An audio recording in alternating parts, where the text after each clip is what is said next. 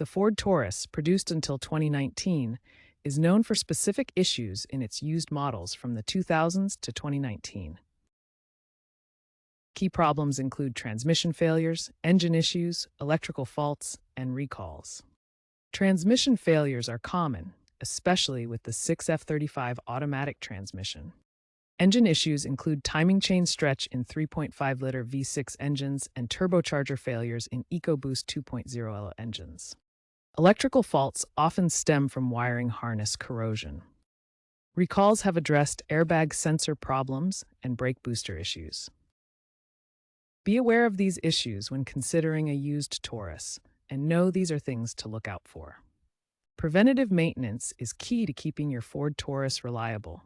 Regular care can prevent many common issues from becoming major problems. Change transmission fluid every 60,000 miles to maintain smooth operation and prevent wear.